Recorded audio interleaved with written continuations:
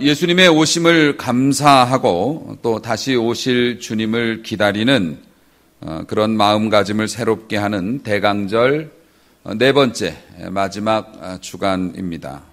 한 주간 여러분들 어떻게 지내셨습니까? 사랑으로 이웃들에게 화평을 전해주는 그러한 삶을 잘 누리셨겠지요. 대답은 듣고 싶지 않습니다. 예수님의 오심은 우리의 소망이 되십니다. 그리고 또 예수님의 오심은 하나님과 우리의 사이에 평화를 만들어 주셨고, 그래서 우리가 이웃과도 평화롭게 되고요. 또 예수님의 오심은 하나님이 우리를 어떻게 사랑하셨는지 보여주시는 거고, 사랑하는 법을 가르쳐 주신 거라서 예수님을 믿게 돼서 우리가 서로 사랑하면서 살게 되었습니다. 그리고 마지막 대강절 네 번째 주간, 예수님이 우리에게 오셔서 주신 선물, 마지막 선물은 기쁨입니다. 기쁨. 아멘. 아멘. 오늘 본문을 보니까 천사들이 혼이 나가 있는 목자들에게 소식을 전합니다. 천사가 이르되 무서워하지 말라. 그러면서 소식을 전하는데, 내가 온 백성에게 미칠, 다시 말해서 모든 사람에게 유효한, 모든 사람이 해당되는 큰 기쁨의 좋은 소식, 아주 즐거울 것이야, 이 소식을 들으면 너희들이. 그러면서 큰 기쁨의 좋은 소식을 전하노라, 이렇게 했어요. 그러면 그게 무슨 소식인데요? 우리가 물을 거 아닙니까? 뭐라고 천사가 말합니까?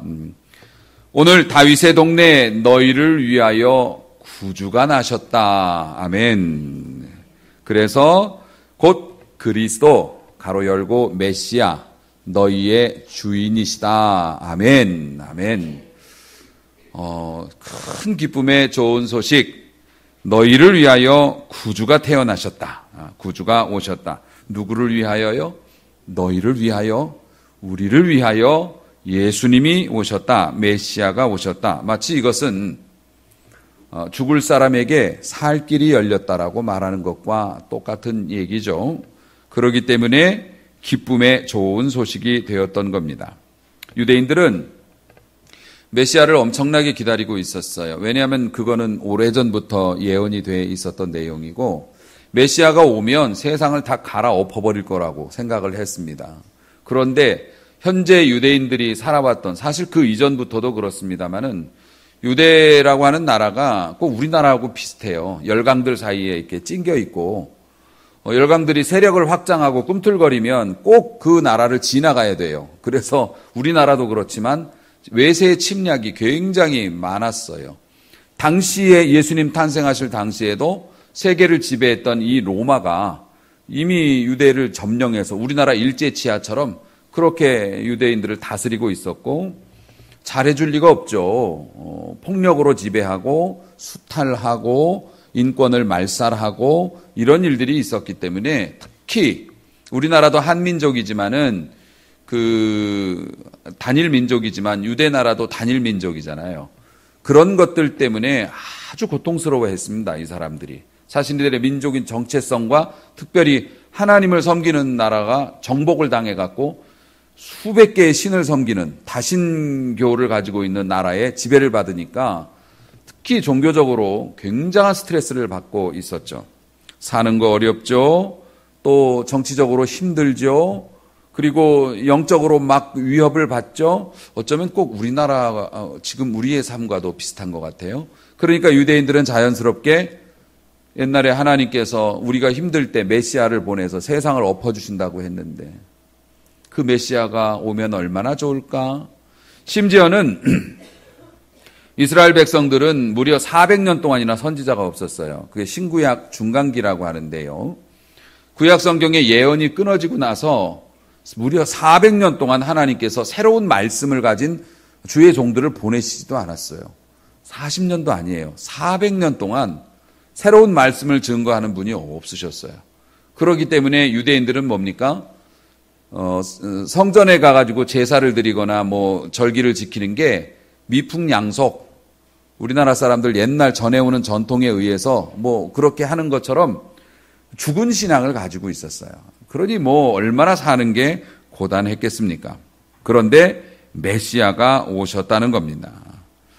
이 사람들이 얼마나 좋았을까요? 메시아가 탄생했다는 이 얘기를 들었을 때.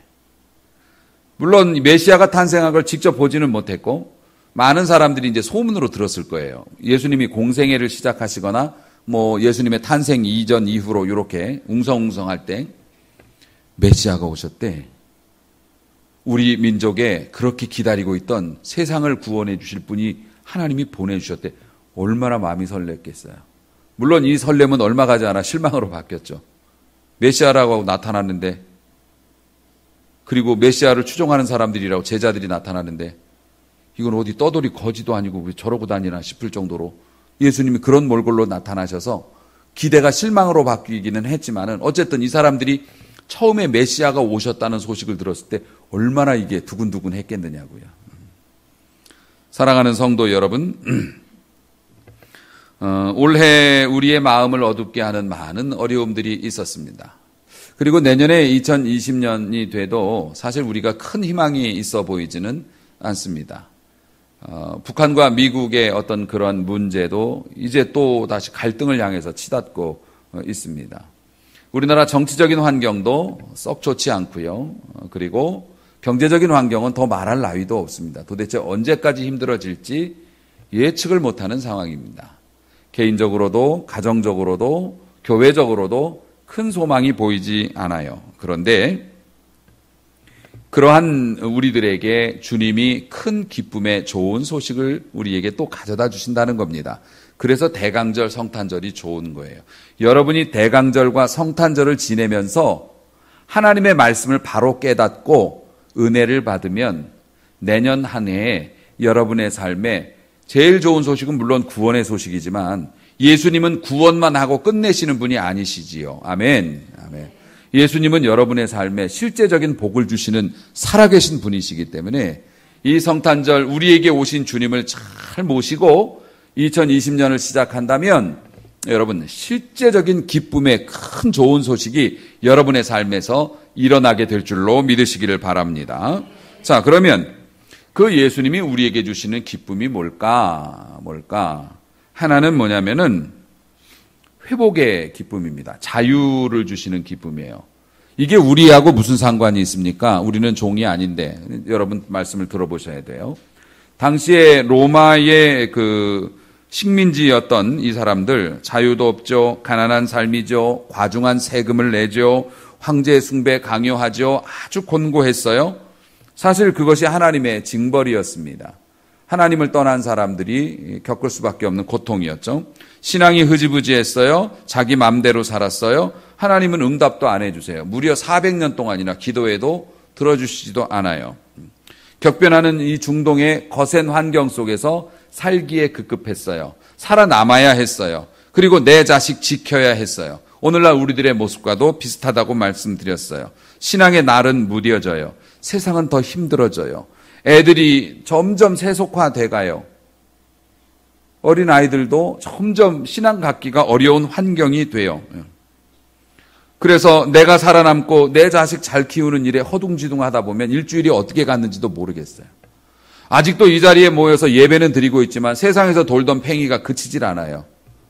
정신이 나가가지고 멍하다가 예배 끝날 때쯤 되면은 정신 차리면 밥 먹으러 가야 돼. 그런 삶을 우리가 살아왔어요. 이스라엘 백성들이 예수님 그 로마 시대부터 그랬던 게 아니라 옛날부터 그런 삶을 살았습니다. 그때 하나님께서 오래전에 이사야 선지자를 통해서 약속의 말씀을 주신 게 있어요. 이사야 61장 1절에서 3절까지의 약속이에요.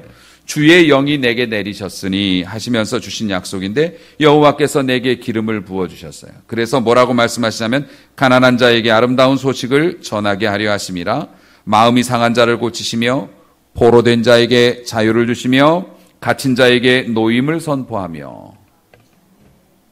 감옥에 있는 사람들이 제일 듣고 싶은 말이 뭔지 아세요? 집에 가란 얘기예요. 이제 집에 가세요. 가족이 있는 집에 가라는 거. 회사에 있는 사람들이 집에 가라는 얘기를 들으면 잘리는 거지 않습니까?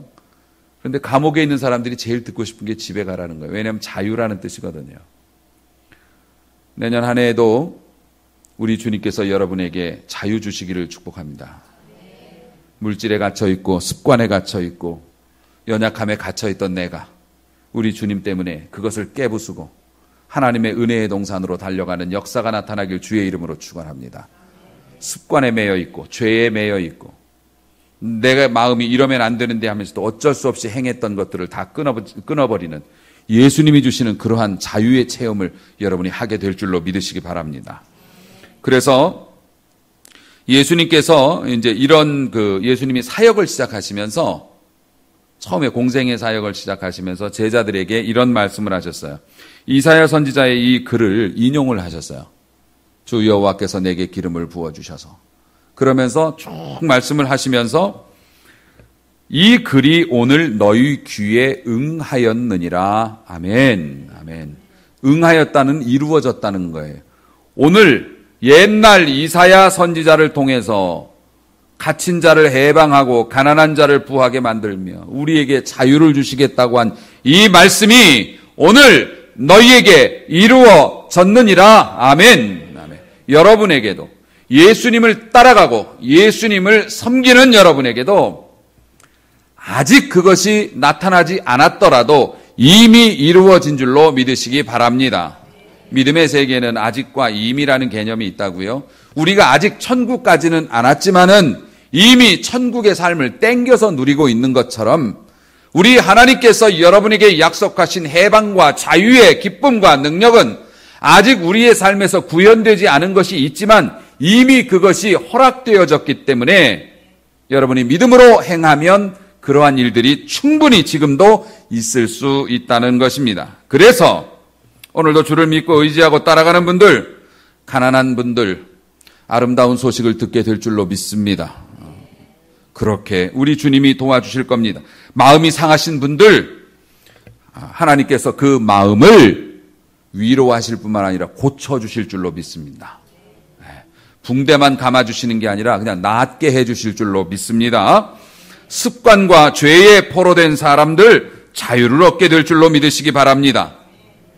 가슴 아파서 원한 관계가 있으면 하나님께서 친히 보복해 주실 줄로 믿으시기 바랍니다. 여러분의 척박한 환경을 갈아엎으시고 여러분의 그 슬픔을 기쁨의 기름으로 바꿔주시고요. 여러분의 한숨과 고통의 소리를 찬송 소리로 바꿔주실 줄로 믿으시기 바랍니다. 주님이 말씀하셨어요. 이 일이 오늘날 이루어졌다. 너희가 나를 믿는다면 그것이 너희의 삶에 이루어질 것이다. 그러므로 예수님이 오셔서 우리에게 주신 선물, 또 여러분이 예수님을 믿음으로 받게 되는 선물, 이미 약속되어진 것, 그게 뭐라고요? 자유와 해방입니다. 여러분이 얽매였던 것에서부터 놓이는 은혜가 될 줄로 믿으시기 바랍니다. 뿐만 아니라 예수님이 우리에게 오셔서 하시는 일, 그것 때문에 우리가 이제 기쁘게 되는 거죠. 우리를 자유를 주시니까 기뻐하고, 또 하나가 있어요. 짐을 대신 져 주시는 은혜가 있어서 우리가 기뻐할 수 있지요. 아멘. 아멘. 마태복음 11장 28절이죠. 유명한 말씀입니다. 수고하고 무거운 짐진 자들아 다 내게로 오라. 왜 오라고 하세요? 내가 너희를 쉬게 하리라. 아멘. 쉬게 해주신다고. 그래서 우리가 무거운 짐을 지고 있을 때 우리 주님께서 이리 와. 내가 너희의 짐을 대신 져줄 테니 너희는 쉴 수 있을 거야. 이것이 찬송으로 묘사가 되어 있어요. 우리가 부르는 찬송, 찬송가 337장인데요. 그 가사가 이와 같습니다. 물론 이게 성경 말씀은 아니지만 믿음의 고백이기 때문에 우리가 충분히 은혜 받을 수 있어요. 내 모든 시험, 나의 모든 무거운 짐을 주 예수 앞에 아뢰면, 주님, 제 짐이 너무 무거워요. 내가 너무 시험 들었어요. 주 예수 앞에 아뢰면 근심에 쌓인 나를 돌아보사 내 근심을 모두 맡으시네. 아멘. 또 내 모든 괴로움과 내게 닥쳐오는 환난 주 예수 앞에 아뢰면 주께서 누구 시키지도 않고 친히 날 구원해 주시사. 아멘. 넓으신 사랑을 베푸시네. 내 짐이 점점 무거워질 때, 주 예수 앞에 아뢰면 주께서 친히 날 구해 주사 내 대신 짐을 져주시네. 아멘. 아멘. 마음의 시험, 무서운 죄를 주와 예수 앞에 아뢰면 이제는 예수님이 나의 능력이 되사 세상을 이길 힘 주시네. 아멘. 아멘. 무거운 짐을 나 혼자 지고 견디다 못해서 쓰러질 때, 나를 불쌍히 여겨서 날 구원해 줄 리가 누구인가 세상에. 은혜의 주님 오직 예수. 아멘. 아멘. 예수님이 이렇게 우리의 짐을 대신 져주세요. 주님 곁에 나아가면 우리의 마음에 평안을 얻게 되죠. 우리가 짐이 무겁고 힘들어서가 아니라 자꾸 주님을 놓쳐서 힘든 거예요. 놓쳐서 힘든 거라고. 아버지가 계시다는 사실을, 아버지가 내 곁에 계시다는 사실을 자꾸 잊어버려서 바리바리 들고 손이 없다고, 봉사할 손이 없고 헌신할 손이 없고 시간이 없다고 자꾸 그러는 거예요. 맡길 수 있는 분이 곁에 계신 걸 자꾸 잊어버려요. 그냥 바리바리 내가지고 입에도 물고 찬송도 못해, 기도도 못해, 봉사도 못해, 헌신도 못해. 따지고 보면 아무것도 아닌 일인데, 내가 아파서 중병에 걸리면 어떻게 돼요? 애들 돌보는 게 뭔 의미가 있고, 나가서 돈 벌고 뭐 이거 하고 취미생활하고 무슨 하고 뭐 이렇게 가꾸고 꾸미고 무슨 택배 받고 이게 무슨 의미가 있어요? 병원에 가서 그냥 환자복 입고 누워있는 걸로 끝이죠. 진짜 인생에 중요한 게 뭐냐고요. 사랑하는 성도 여러분, 예수님이 돌봐주실 테니까 너무 전전긍긍하고 내 힘으로 다 하려고 하지 말자고요. 아무리 애들 챙긴다고 엄마 아빠가 애걸복걸하고 안달을 하고 돈을 써대도 하나님의 뜻이 아니면 안 되는 거고, 하나님 믿고 하나님께 맡길 거 맡기고 내가 할 거 하면서 좀 하나님께서 도와주실 거라고 믿고 양보하면 하나님께서 그 자식도 들어서 멋진 일에 써주시고 그 자리에 세워주시고. 아멘. 아멘. 맡기시기를 주의 이름으로 축원합니다. 주님은 준비되셨습니다. 여러분은 맡길 준비가 되셨는지요? 세월이 지나갈수록 의지할 것뿐일세. 뭘 의지할까요? 무슨 일을 당해도 예수 의지합니다. 예수님 찾으시기 바랍니다. 예수의 이름을 부르시기 바랍니다. 여러분 더 편해질 겁니다. 짐을 맡아주시기 때문에. 그래서 우리에게 기쁨이 되시죠. 무엇보다 예수님이 우리에게 기쁨을 주시는 것 중에 제일 큰 거가 있어요. 제일 큰 게 뭐냐면 임마누엘입니다. 임마누엘의 의미는 하나님이 우리와 함께 하신다는 거예요. 그러니까 예수님이 동행해 주신다는 거죠. 마태복음 1장 23절, 보라 처녀가 잉태하여 아들을 낳을 것이요 그의 이름을 임마누엘이라 하리라 하셨으니 이를 번역한즉 하나님이 우리와 함께 계시다 함이라. 그런데 마태복음 28장이면은요, 예수님께서 이미 사역을 마치셨어요. 이제 죽으시고 부활하셨어요. 세상에서 제자들과의 마지막 간담회를 마치시고 하늘로 그 몸 그대로 승천하시기 직전이에요. 마태복음 28장 20절 말씀 보면 이렇습니다. 볼지어다, 예수님이 하신 말씀이에요. 내가 세상 끝날까지, 지구가 없어질 때까지, 너희들이 이 세상에 발 떼는 그날까지 너희와 항상 24시간 함께 있으리라. 아멘. 예수님이 분명히 말씀해 주셨어요. 이 세상 끝날까지 내가 너희와 항상 함께 있을 것이라. 아멘. 이거 잊지 마세요. 예수님이 24시간 여러분과 함께 계신다는 겁니다. 그렇기 때문에 주님이 함께 하시면 어떻게 되는 겁니까? 일단 기본적으로 마음의 위로가 되죠. 주님 내 곁에 계신다고요. 주님이 나와 함께 하신다고요. 지금도 잊혀지지 않는 게 있어요. 그 옛날에 그 동물 다큐 중에서 베어라는 영화가 있었습니다. 그 별거 아닌 곰 얘기인데 그 기억나세요? 그럼 나이 먹은 거야. 베어라는 영화가 있는데 거기 보면 뭐 다른 건 잘 모르겠고요. 근데 참 인상 깊었던 게 그 새끼 곰이 표범인지 뭐한테 막 뺨을 맞고 있었어요. 고양이과 하니까 막 뺨을 때리잖아요. 이제 해치려고 이렇게 악한 짐승이 달려들었어요. 곰이, 새끼 곰이 막 두드려 맞다가 이제 화가 나고 막 겁도 나고 그러니까 조그만 녀석이 일어나갖고 소리를 액 하고 질렀어요. 그런데 갑자기 표범이 그 새끼 곰이 소리 지르는 소리를 듣고 몸을 움츠리고 공포에 질려서 뒤로 물러가요. 왜 그런가 하고 그 클로즈업이 이렇게 싹 이렇게 화면이 바뀌니까 뒤에 엄마 곰이 왔어. 와갖고 이러고 있는 거예요. 그러니까 사실 얘는 뭘 보고 도망간 겁니까? 엄마 보고 도망간 거죠. 우리가 그래요. 소리 지르면, 기도하면 마귀가 도망가는 이유가 뭡니까? 주님이 우리 곁에 계시기 때문에 그래요. 주님은, 우리는 주님 손을 놓은 적이 많지만은 주님은 우리 손 놓으신 적이 한 번도 없어요. 여러분이 어디에 가 있어도, 무슨 일을 해도 주님이 함께 계신다는 겁니다. 이게 나쁜 삶을 사는 사람에겐 굉장히 불편한 일이에요. 거기에도 주님이 계셨다고? 그 자리에도? 그런데 하나님 앞에서 축복받기를 원하고 은혜 받기 원하는 사람에게는 복음이에요, 복음. 여러분이 어디에 있든지 주님이 손잡고 계신다고요. 그렇기 때문에 주의 이름을 부르는 자는 어떻게 됩니까? 구원을 얻어요. 어떤 일이 있든지 구원을 얻습니다. 왜 그렇습니까? 사랑하는 성도 여러분, 지금 생각해봐도 저는 신기한 게, 전 이상하게 호기심이 많았어요. 광교산의 무게가 얼마나 될 것 같습니까? 여러분 좋아하시는 광교산. 이거 키로수로 잴 수 있겠습니까? 상상할 수 없습니다. 히말라야 에베레스트는요. 히말라야 산맥의 무게는 얼마나 될까요? 이건 측정 불가능입니다. 우리의 상식의 한계를 뛰어넘습니다. 태평양 바닷물을 전부 모아서 달면 얼마나 몇 근이나 나올 것 같습니까? 이해 불가능입니다. 지구의 무게는요. 그런 모든 것들이 집약되어 있는 이 지구의 무게는요. 근데 여러분 이 지구가 우주선 타고 나가서 보면 공중에 떠 있는 거 아세요? 이 허공중에 떠 있다고요. 동동. 빙글빙글 돌면서. 이거 어떻게 된 겁니까? 하나님이 만드신 거잖아요.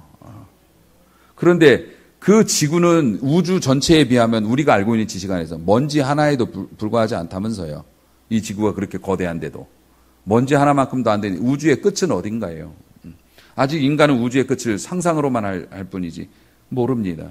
그 우주를 하나님이 말씀으로 만드시고 오늘도 1초의 오차도 없이 통치하고 계신다는 거예요. 아멘.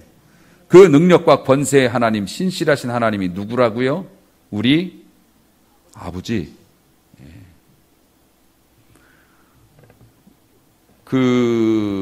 지금은 이제 대학생이 됐는데 제 딸이, 우리 김에스더 양이 엄마 뱃속에 있을 때 하마터면 죽을 뻔한 적이 있어요. 아이가 거의 이제 만삭이었습니다. 배가 이렇게 나와서 만삭이었을 때 여러분 들으신 적 있으시죠? 차에 친 적이 있어요. 저희 사모가. 승용차에서 이렇게 내렸는데 유치원 노란 버스 있죠. 큰 거. 그게 운전 미숙하신 분이 한지 얼마 안 되는 분이 차를 몰고 이렇게 회전을 하시면서 저희 승용차하고 그 노란 차 사이에 제 아내가 끼인 거예요. 배 통통이가. 그래서 이게 꽉 눌리니까 제가 그 차를 막 두들겼어요. 멈추라고. 근데 이 아저씨가 놀래가지고 그냥 가버린 거예요. 그래가지고 어떻게 됐겠어요. 아내가 물론 다행히 너무 이게 깊었으면 정말 큰일 났겠죠. 근데 어느 정도 좀 여유는 있었지만 이게 배가 눌려가지고 제 아내가 이 아기를 지키겠노라고 손으로 차를 이렇게 밀었어요. 근데 여러분, 그 승용차가 그 밑에 부분, 문짝의 밑에 부분은 이렇게 무릎 같은 걸로 이렇게 찍으면 꿀렁꿀렁 합니다만은 손잡이 있는 부분은 이게 보강제가 있어서 굉장히 단단합니다. 거기가 들어갔어. 손잡이가. 그래서 연약한 여자가 자기 새끼 지키겠다고 이걸 손으로 차를 밀었는데 이 차 문짝이 우그러졌어요. 그 손잡이 부분이. 그 초능력이 거기서 나오더라고요. 왜 그랬어요? 자기 자식 지키겠노라고. 우리 하나님이 여러분 그렇게 지키시는 줄로 믿으시기 바랍니다. 설령 젖을 먹이는 어미가 지 자식을 잊어버릴지라도 나는 너를 잊지 않겠노라고 하나님이 말씀하셨어요. 여러분 그렇게 소중한 존재예요.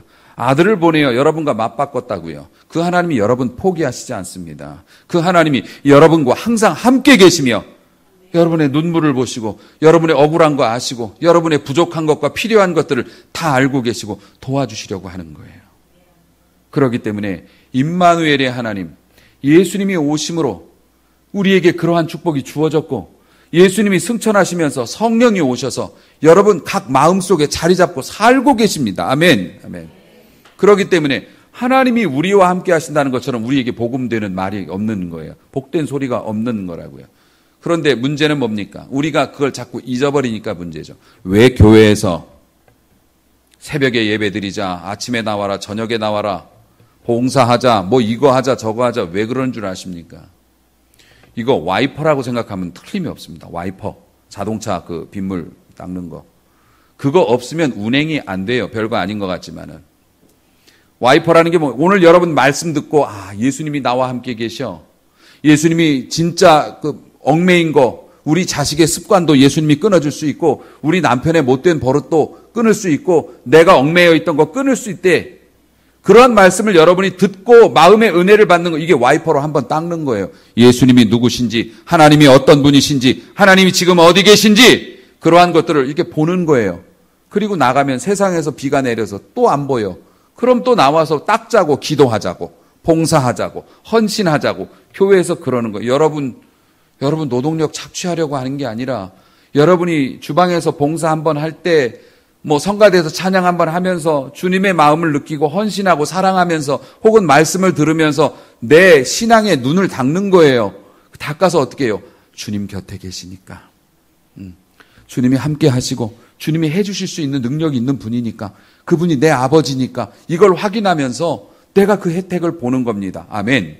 아멘. 그렇기 때문에 사랑하는 성도 여러분, 우리 주님이 함께 하셔서 하나님이 주시는 은혜와 축복을 받아요.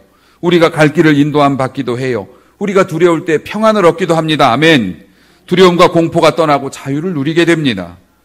우리 주님이 함께 하시면 강하고 형통해요. 내가 강해서가 아니라 내 뒤에 계신 주님을 의지하니까, 그래서 우리가 강하고 형통해질 수밖에 없는 거예요. 마귀가 물러가는 줄로 믿으시기 바랍니다.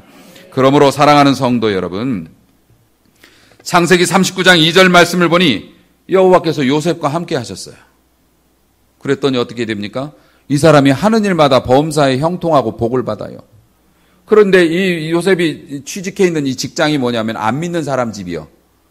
시위대장 보디발 장군의 집이잖아요. 이 사람은 하나님을 모르는 사람이니까. 그런데 하나님을 모르는 보디발 장군이 요셉을 보면서 하나님이 그와 함께 하심을 알았대요. 왜냐하면은 쟤는 저렇게 잘 되는 걸 보니까 제가 믿는 하나님이 도와주는 것 같아. 여러분들도 내년에 꼭 그런 소리 들으시길 주의 이름으로 축원합니다. 저 사람은 저렇게 잘 되는 걸 보면 저 사람이 믿는 하나님이 도와주시나 봐. 원래 그런 소리 들어야 돼요, 우리가.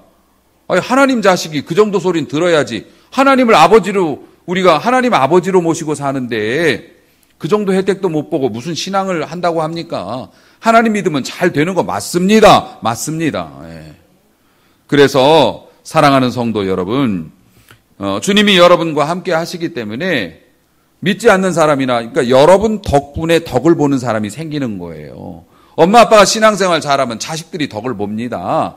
여러분 가정이 신앙생활 잘하면 여러분 직장에 있는 여러분의 동료가 안 믿는 사람도 여러분 때문에 덕을 봐요. 그렇게 우리가 살아가야 되는 거 아니겠습니까? 그게 가능하다는 말씀입니다. 그래서 우리가 받는 복으로 하나님께 영광을 돌리고, 안 믿는 사람들이 전도지 받고가 아니라 우리의 눈을 보며, 우리의 얼굴을 보며, 우리의 입술의 고백을 보며 부러워가지고, 그렇게 좋은 열매가 어디서 맺히나?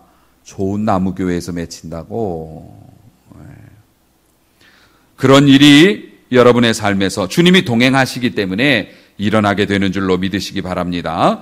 예수님이 우리에게 큰 기쁨의 좋은 소식이 되십니다. 만나시기 바랍니다. 따르시기 바랍니다. 더욱 사랑하세요. 귀로 듣는 기쁨이 아니라 만져지는 기쁨이 있기를 주의 이름으로 축원합니다. 우리에게 소망을 주시는 주님, 우리에게 평화를 주시는 주님, 우리를 사랑하시고 그 사랑할 수 있게 만들어주시는 주님, 기쁨의 주님, 이 성탄의 계절에 꼭 만나시고 놓치지 마시고 그 축복이 여러분의 삶에 만져지는 것으로 구현되어지는 역사가 나타나기를 주님의 이름으로 축원합니다.